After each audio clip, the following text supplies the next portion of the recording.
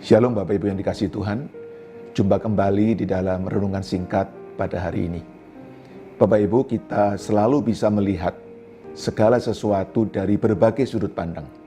Kita bisa melihat keadaan kita dari sudut pandang berita atau segala laporan-laporan yang terjadi.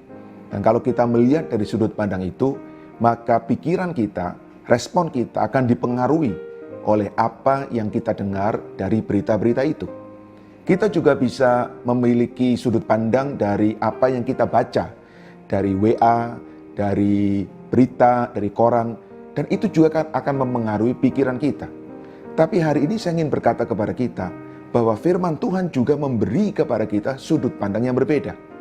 Dan inilah yang seharusnya menjadi sudut pandang kita, karena firman Allah lah yang tidak berubah. Segala yang kita dengar dari berita bisa berubah.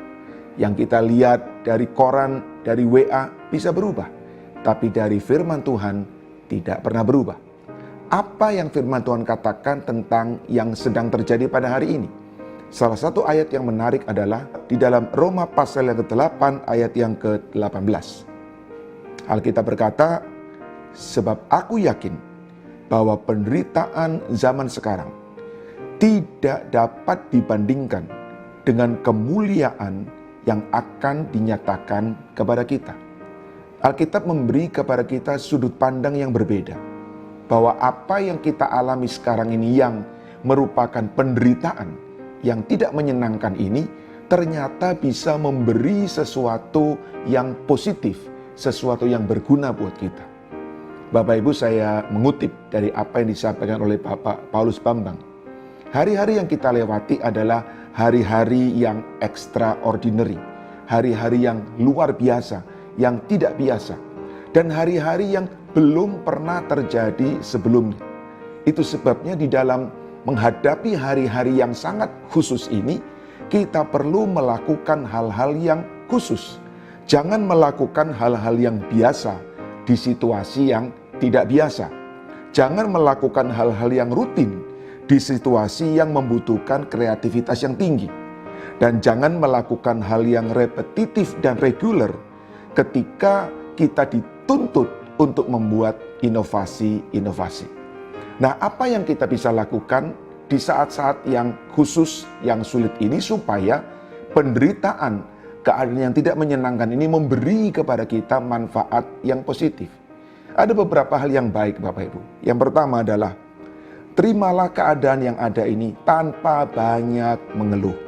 Sebab semakin banyak kita mengeluh, semakin jengkel hati kita, semakin terpengaruh emosi kita, dan semakin berat perjalanan kita. Hati yang susah adalah virus yang mematikan. Tetapi hati yang gembira adalah vaksin yang menyembuhkan. Presiden Jokowi mengatakan, kepanikan itu separuh penyakit, tetapi ketenangan itu separuh kesembuhan.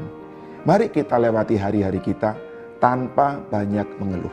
Yang kedua, percayalah bahwa Tuhan memegang kendali. Segala yang terjadi tidak pernah lepas dari kendalinya. Bertindaklah di dalam iman dan bukan di dalam ketakutan.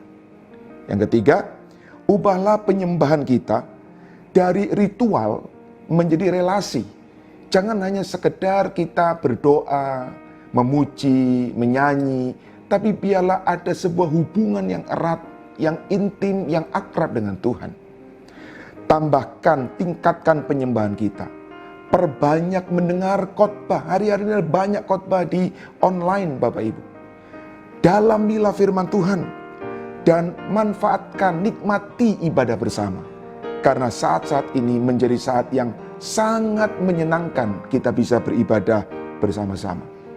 Dan yang keempat, yang terakhir adalah bersabarlah menantikan kehendak Tuhan terjadi. Kita perlu waktu, kita perlu sabar, karena kita percaya kehendak Tuhan yang terbaik pasti akan terjadi.